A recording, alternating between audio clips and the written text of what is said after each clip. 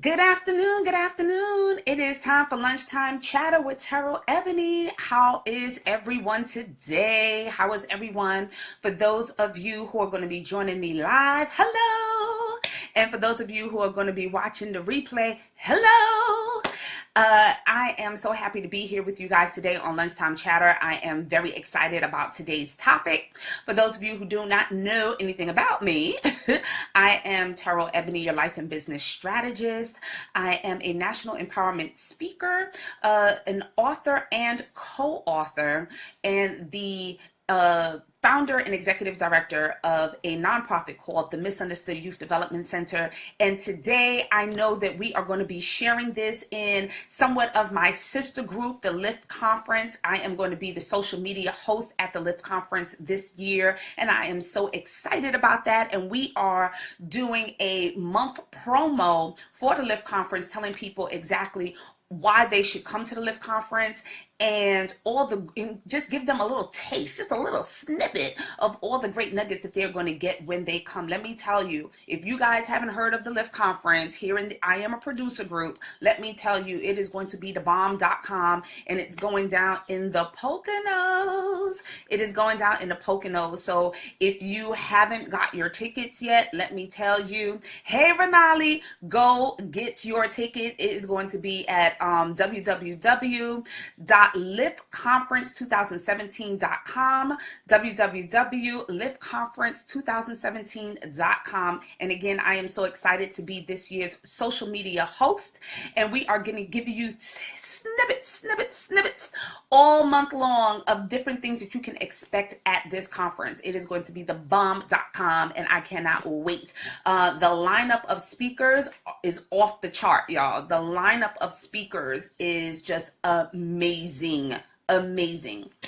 So today, during Lunchtime Chatter, I'm going to be talking to you guys about the road to prosperity. And this is going to be, I know that one of these amazing speakers are going to be touching on this topic at the conference. So I wanted to do it today. And God put it on my heart to say, you know what? The road ain't going to be easy, y'all. The road is not going to be easy, but if you endure, if you stick it out, if you stay committed, if you have that determination, you will come out on the other side and you will be prosperous. You will live that abundant life that He has promised. So I just wanted to take you guys on the journey and on the road to my prosperity and how I came to be where I am today, right? So it all started long ago. Isn't that the way all stories started? So long ago. But I'm going to fast forward a few years to when I was 16 years old. Oh Lord, that seems like a long time ago, right? 16. But that's when it really all started for me, because at 16 years old, I graduated from high school. I graduated in 3 years. And most people would have thought, well, if you graduated from high school at 16, you real smart, right? And you should have probably had your PhD. I probably should have had 2 or 3 PhDs by now. But guess what? I don't even have one. I don't even have one, but I'm going to be working on it. But when I graduated, I decided, you know what? I'm going to go to college. I did start, and I got distracted. Life happened, and I stopped.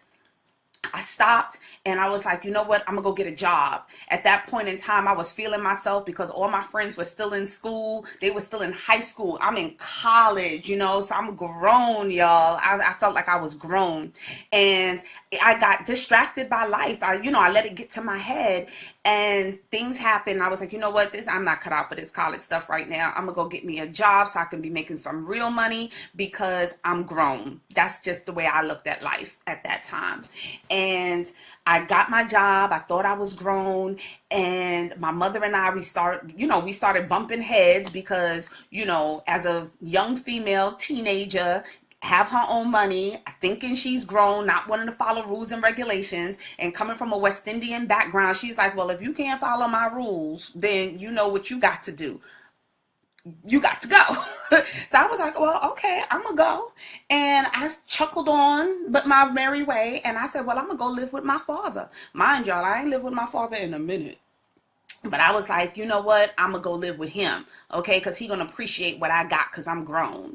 And I went and lived with him. And then I realized, he got a lot of rules and regulations too. I was like, I don't like them rules and regulations either. I was like, I got to go from here. And then I moved on to somebody else's house, my aunt's house. She didn't have a lot of rules and regulations, but she was a neat freak. She had like OCD or something. I was like, I'm not ready for that. At 17, 18 years old, I'm like, you a little too clean, you a little too neat freakish for me. I got to go. So I said, you know what? It's time for me to get my own apartment. It's time for me to go really, really venture out on my own, since I'm going around telling people how grown I am. You know, at that time you had the little head movements, like I'm grown. So I did that, got my apartment, and I was like, yes, I'm good. I'm finally, I can finally make it on my own.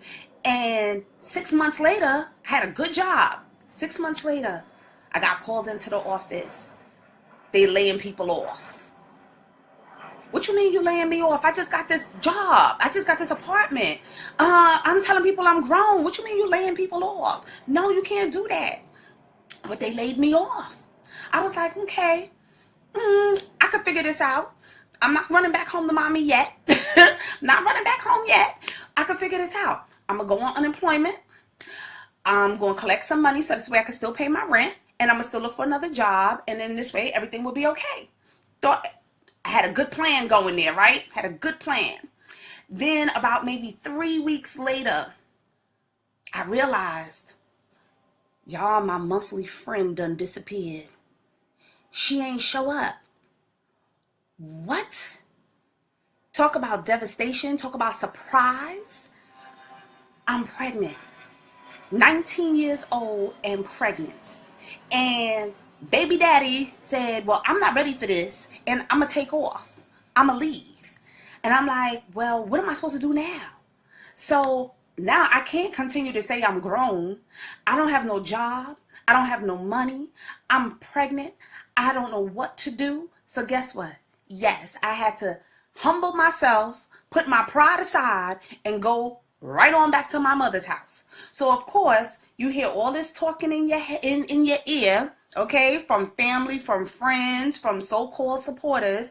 Oh, what's she gonna do? She ain't gonna end up being nothing. She wasting her life. Now she gonna have a baby. Ain't nobody gonna hire her, and all this other kind of stuff. These are the things that start seeping into your head, and these are the negative thoughts that people will start ingraining into your spirit if you allow them. And this is what I went through for about, I would say, like a good year and a half. Even after I had the baby, I said, you know what?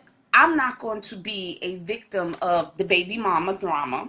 I'm not going to be a victim of all the other different things that people say is going to be my destiny, because I know better, and I know who I am, and I know whose I am. So I had to take that, and let me tell you, I had to like really, really suck it up. That was my road. That was my path. And it was hard because people were like, well, you put yourself in this. So guess what? You get yourself out of it. They're not really helping you out too much. My mom, she was pretty supportive, but she was working 2 jobs. So she helped out the way that she could, right? Hey, Andrea, she helped out the way that she could, but she couldn't do but so much, right?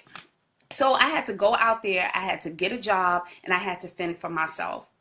It was a long road, okay? I didn't know if I was going to make it. I had to then turn around and go on welfare because I was like, I got no money. I have no money. How am I going to feed my kid? Everybody said, well, go on welfare. It will be the best thing for you to do. So I said, okay, let me do it. I was a little ashamed. I'm not going to tell you guys no lie. I'm being very transparent with you. I was ashamed because I'm like, I shouldn't have to do this. Like, we shouldn't have to do this. We don't live in the ghetto. We don't live, because this is what you hear growing up. You got to be in the projects and stuff like that. I don't live in the projects. I live in the house. I shouldn't have to be on welfare. But I did it because it was a way for me to feed my baby. It was a way for me to get back on my feet. It was a way for me to tap into certain government programs that they had that was able to teach me how to type and teach me certain things so that I could really get on my feet. So I had a plan. So it's not like I just sit there and say, well, I'm going to live off the system and that's going to be it. I still had a plan. I have been a strategic thinker all my life. So regardless of what situation that I got in, I knew that there was a strategy, and I just had to really sit, be still, and think about it in order for me to get out of it, right?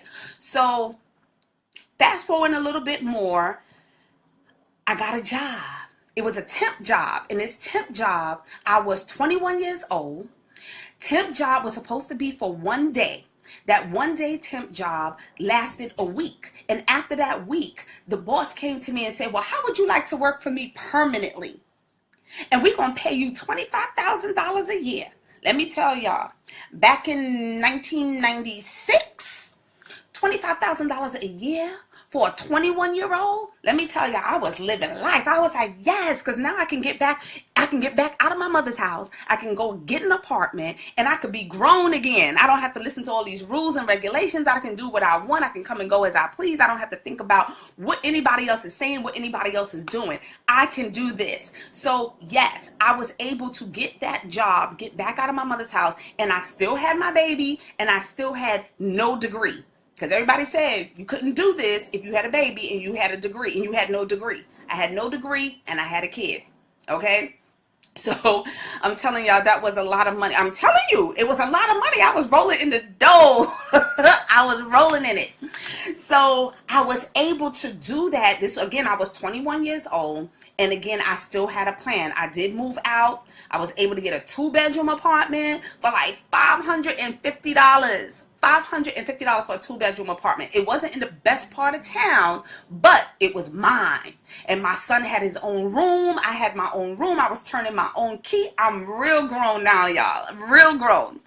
So I kept going and kept, educating myself. I didn't go back to college, but I kept educating myself and getting little certificates here and there, and just asking a lot of questions on how I can better myself. I was looking at everybody on the job. What you do? Asking questions, what you do, how you do this, how you do that. So this way I could learn. And this is what led me to be, again, who I am today. Learning all the back office stuff, learning operations, learning how to do bookkeeping, learning how to take care of, how to manage an office. That became my world at that time. But then moving from job to job, because I quit that job, got a better job, making some more money, and I'm like, okay, we escalating, and I'm saving, I got a plan. But doing all of that, what started happening is that now my son started suffering because I had to work a lot of hours, right? And his father wasn't around. Should I say his father was a revolving door? It's not that he wasn't completely around, but you really couldn't count on him, right? So I was doing what I was doing, and then I started to get fired from a job. I got fired from like 2 jobs because I had to take too many days off. Either the school calling, doctor's appointments, or I had to leave early, a half a day at school, no school at all, school vacations, all of this other kind of stuff that was happening, and it was just me. I didn't have anybody that I could say, well, can you watch him, or can you do this, or can you do that? And certain people I had, let me tell you, I just didn't want to ask. We just got them family members that we just don't want to ask, and I had some of those. So I was just like, you know what, I'm going to do this on my own, and I had something to prove, because y'all said I couldn't do it, and I'm going to show y'all I could do it. So even though I got fired, sometimes I had to quit just to make sure that my son was my priority. And I made sure he was my why. He was everything that I was doing for him. So I always had my eyes on the prize, and he was my prize, right? So I hope you guys are catching what I'm saying in terms of the journey and what it is that it's going to take. It's not always easy. That road is difficult sometimes. That road is going to cause you a lot of challenges. That road is going to cause you a lot of bumps and bruises. That road is going to cost you a lot of relationships. That road is going to cost you to really evaluate yourself and be like, am I built for this? Thank God I knew I was built for this. And you have to have that same confidence that you are built for this, right? Whatever it is that you're going through it for a reason, because the progression is going to lead you to where you are supposed to be, that prosperous moment, right? So fast forward a couple more years, guess what? This girl with no degree This single mom was able to purchase her first home by herself at 25 years old. 25 years old. I saved up enough money, had enough sense. I had a strategy. I wasn't going to live in the hood for the rest of my life, right? I moved from Brooklyn to Queens, and I moved into my first home 2 weeks after 9/11. Literally 2 weeks after 9/11. I said, no, we're not doing this anymore. I'm getting you out the ghetto. I'm getting you out what they call, I wasn't in the projects, but I was like living like right across the street from it, right? And I was like, no, we're not doing that. Okay, so I was able to do that. 25 years old, person with no degree, person that's a single mom, doing this by herself. And it was told to me that I couldn't do it. After getting fired, getting rehired, having the money, doing all this, I was like, you know what? I'm tired of this. I'm tired of living this life, this 9 to 5 life. I'm tired of people telling me when I can go home, when I need to come into work, what time I can take lunch, and what time I could use the phone to call and check on my son. I'm tired of all of these, stipulations on my life and on my time. So I needed to do something about it. And that's when I really decided, you know what? I need to be an entrepreneur. I need to be the founder and the director of my life, the CEO of my life, and over my time. Right? That's when I started my bookkeeping consulting firm, Demon Donza Associates. That's what it was called, DMA for short. For those of you who don't know, yes, Demon Donza is my last name. Don't try to pronounce it. It'll be all right. But that was my first real company. I did bookkeeping for different businesses, and I saved them tons of money because they didn't have to pay the employer taxes. They didn't have to pay all these other different fees that they, wasn't a full-time employee and all this other kind of stuff. So that's how I sold it. And it worked. It worked for a while. I was like, yes, I can do this. So I was doing that for a while. And then I realized again that my son was still struggling. He was angry. He was getting in trouble in school. And I realized that there was something missing that I couldn't provide for him. And I was trying everything that I could. And I realized, I said, you know what? Let me try to take him to counseling. Try to take him to counseling in my community. I lived in Queens at the time. And there was no counselors in the neighborhood that would address his situation. A lot of them, they were like, oh, well, is he on drugs? I'm like, he's 7. He ain't on no drugs, man. He needs somebody to talk to. But they didn't have anything really like that unless he had a direct problem, like he had a direct issue, maybe like a disorder or something. So I was like, this is ridiculous. Let me try to start something of my own, because as I was speaking to other parents in the neighborhood, they were experiencing the same thing. And then my son would come to me and be like, Mom, can you speak to my friends? And then I became like the neighborhood counselor. Mind you, I ain't got no counseling degree. I ain't got no counseling experience. All I know is how to listen. I know how to speak with understanding and without judgment. I'm not here to judge you. So the Misunderstood Youth Development Center was born. I had no experience in terms of running a nonprofit, no experience in terms of learning how to get money for this nonprofit, no community experience because I didn't grow up, like being in politics and community-minded, community organizing or anything like that. None at all, right? But God put this in my spirit that I had to do it. So in order for me to do it, I had to start again asking a lot of questions. How do you do this? How do you do that? I started telling everybody I knew about this organization as if it was a big organization. Meanwhile, I just started it. It didn't even get an EIN number yet, but I was telling people, I was like, yes, I have this nonprofit and it's this and it's that and it's the other. And you would swear I've been in business for 10 years. But they listened to me because they loved the concept. So people started, explaining to me what I needed to do and who I needed to meet in the community and how I need to get involved and all these other different things. So when people heard that I was doing it, especially family and friends, people, okay, the family and friends that was saying that you can't do it. Who's going to listen to you? You don't have a degree. What gives you the right? What gives you the authority to run this program? You don't have the experience. I said, of course I have the experience. I may not have the job experience, but I have life experience. Don't tell me I don't have no experience when I've been raising this kid and he's been driving me up the wall and I've been having to figure out how to deal with it. Absolutely. God has been preparing me for this for 8 years. He has been preparing me for everything that I have at to that point. Okay? So I would not allow people to tell me I can't do something, because if it was put in me to do it, and it's in my spirit, and it's telling something in me is burning to say that I can do it and that I need to do it, and if there's other people that are relying on me to do it, then guess what? I'm going to get it done. I'm going to figure it out. I'm going to ask questions. I'm going to read books. I'm going to listen to videos. I'm going to do whatever is necessary so that I can get it done. Because at the end of the day, this organization was not about Terrell. It was about all the youth that was going to benefit from the Misunderstood Youth Development Center. Okay? That's all the experience you need. Absolutely, Joy. I'm telling you, it is a big thing when people talk about this experience. Life experience counts. And that's what I want you guys to really get today. It's not always about the degree. It's not always about the jobs that you've had, but what have you gone through in your life? Hey, Dana, what have you gone through in your life? Like, sit back and look at the journey as to where you came from, and it's going to tell you where you're going. Okay? It's going to tell you where you're going. You can take all them lemons that has happened to you year after year after year, and you can make some sweet lemonade if you guys put your mind to it, let me tell you. Okay, it don't have to be sour. It can be very, very sweet and prosperous. You guys just have to know how to get it done. So again, reading books, asking questions, going to seminars, going to community events, just doing whatever is needed to get the information that you need.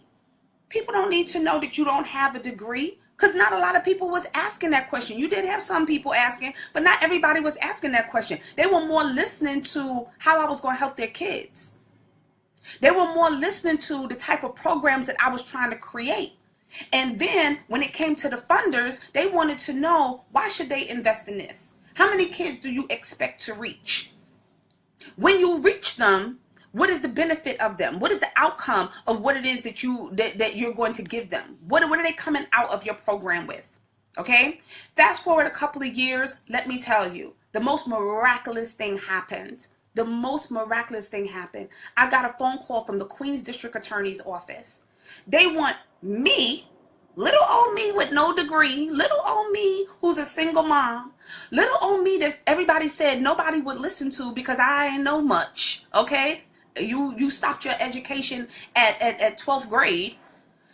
They wanted me to create an alternative sentencing program for young males ages 14 to 18. What? Me? Are you serious? I could not have been more surprised. Okay? But I thought about it, because I ain't going to, again, very transparent moment. I started to doubt myself. I was like, I don't know if I could do that. Am I built for that? I don't know if I could do that. I started doubting myself, because I was like, I don't have any experience dealing with criminals. I don't have any experience dealing with the criminal justice system. I don't have any, that. I'm like, my son, he has some issues, but he ain't have them kind of issues, But when I sat still, God said to me, how you know he won't? Said, how you know he won't? Because at that time, he was just starting high school. He was 14 years old. He was now starting high school. So God said, how do you know he won't? So at any point in time, he could have ended up at the wrong place at the wrong time with the wrong kids, and he could be with the police, and we know how they locking up our black boys left, right, and center, and our girls for that matter, right? So he may have needed an alternative to incarceration program. So how dare me deprive somebody else of that? So I needed to go out there and learn, once again, how to get this program off the ground. And it didn't take a lot, because I used my life experience. What do these boys need? Why did they turn to a life of crime? What are they lacking? So I looked at it from that standpoint. What are they lacking? And most of them were lacking the same things that my son was lacking.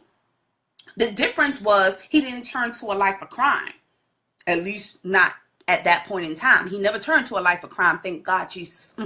But at that point, at 15 years old, he hadn't resorted to that point, right? But I saw where he could have easily went down that left path. Okay, started hanging out with the wrong kids, and I'm constantly trying to pull him back. I'm like, you trying to go left, but I need you to go right. I need you to go right. You guys have to understand, you got to do whatever it is necessary. So I built this program, and I tell you, we were able to save over 100 boys from going into the criminal justice system. These boys were looking at felony sentences, okay? Which means that when they came, even if they did their 3 years, they were coming out with a felony on their record. So that would have also meant that they would not have been able to get jobs. They would not have been able to go to college. They would have had a very hard and difficult life, okay? But because of the Fresh Start program, the Misunderstood Youth Development Center, we were able to keep them out of jail. We were able to get them back on the right track. Some of them got rearrested after that, but most of them didn't. Most of them didn't, because I ain't hold no punches. And this was all from just me being passionate about what I do, me caring about the people, me wanting to serve, opposed to me just thinking about myself. This is all on the journey. This was all on a journey.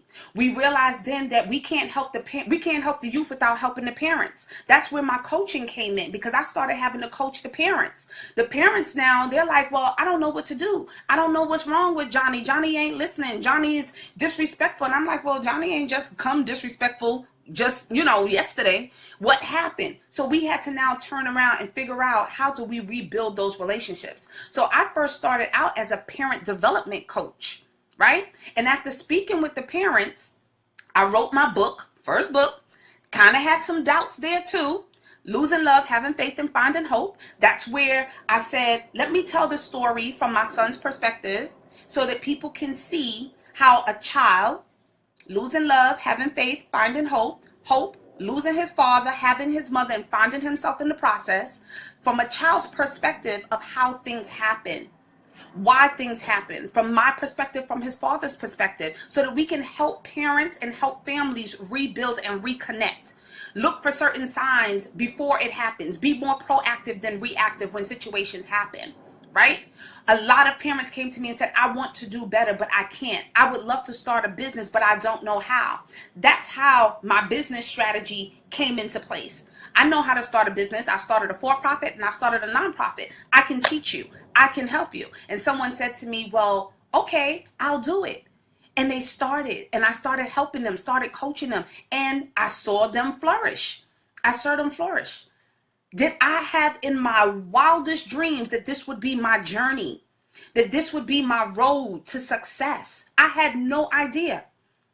I took a little minute off, and I started to just really pour into my community, because I realized that the community is suffering because they don't have the resources that they need. I ran for New York State Assembly. After I ran for that position, I asked God, what am I supposed to do? How am I supposed to move on from here? I don't know.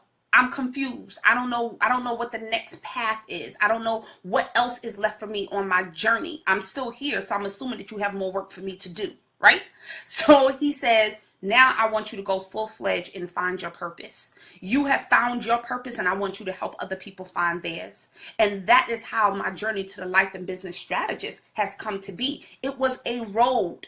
It was a lot of different things that occurred, a lot of different businesses. Some went well, some failed, some I just took, I just decided not to do it anymore. But there were challenges, there were obstacles, there were ups, there were downs, there were good times, there were bad times. Along that journey, I didn't even mention, I lost my house. I lost the house that I got at 25 years old. I lost it. Why? Because I was pouring into the Misunderstood Youth Development Center, pouring into this nonprofit, and the nonprofit was non-profitable. Okay? So I was taking money out of my mortgage to help to sustain this organization, to help these young boys stay out of prison. Ended up losing my house. Thank God I didn't lose my family, okay? Because that could have went south real quick. Almost did, but thank God for small mercies, right? So there's a lot of different challenges, a lot of different ups and downs, a lot of different twists and turns that you will have to face in life on your road to prosperity. My road is not over. Your road is not over. But I want you guys to see today that it's not easy. The journey is not easy. But It's prosperous if you stay the course. It's prosperous if you decide to be determined, and if you stick to it, have the dedication and the commitment. But you have to want it. You have to want to produce the results. Nobody can want it more than you. You have to be confident in yourself, in who you are and whose you are. You have to understand that God has made you, okay, to be a designer's original. Nobody can't do what you can do. He already knew what you were going to do before you were even born. So he's just waiting on you to go out there and do it. So the fact that you're waiting, and you're sitting up there going, you're wasting time. You're wasting time on your own prosperity. You're wasting time on your own gems and jewels. Your own abundance is waiting for you, and you just don't even realize it. It's not going to come to you. It's not going to just be handed down to you. It's not going to just trickle down, right? You got to work for it. You got to work, and you got to work really, really hard. And you can't be, conform to say, well, you know what? This didn't go my way, so I'm going to just give up. You can't have that give up. You can't have that defeatist attitude. If you have that defeatist attitude, you won't win. You won't be successful. Okay, you got to keep going, keep striving, keep producing. I tell my clients all the time, keep moving. Don't give up. We may have to try a different strategy, but it doesn't mean that we give up. The first way didn't work. Okay, let's try the second way, because there has to be a strategy. God did not give this gift to you so that you can lose it. Okay, there are times when you might have to say, well, you know what? This journey or this portion of my life is over. Now it's time for me to start something new. But you have to use discernment on that. You just can't give up every time one thing fails. Okay, you can't just give up. Weight broke the camel's back. Girl, let me tell you. My back is very strong. They tried. Let me tell you, they tried to break me, but they couldn't. And I'm telling you that they can't break you either. God is walking with you. He is walking with all of us. We are more than conquerors. We are the designer's original. So everything that you want to do, you can do. You just have to stay the course. And that is basically what my lunchtime chatter is today. I wanted you guys to really get a glimpse of the road to prosperity. I want you guys to get a real glimpse of it. You see everybody here on social media, and I said it the other day, everybody's on social media. They look real nice and they look like they have it all. They're saying all the right things, but you don't know what they went through to get to where they are. You don't even know what they're going through right now, because that could just be, smoke and mirrors. You don't know. They could be in their house right now crying. They could be in there with their lights turned off, but they were filming outside. So you don't even realize that when they go in their house, they don't got no food and they don't have no light. But they still making it through. They still pushing forward. They're not giving up, right? Thank you, my sister. I needed this word. That's what this is about. That is exactly what this is about. You guys cannot give up. You're going to meet trials and tribulations. You're going to meet times where you want to give up, but you can't. You're going to meet people who are going to be, whispering those negative things in your ear. Why don't you just go back to work? Why don't you just do this 9 to 5? Now, if you already have a 9 to 5, don't quit your 9 to 5.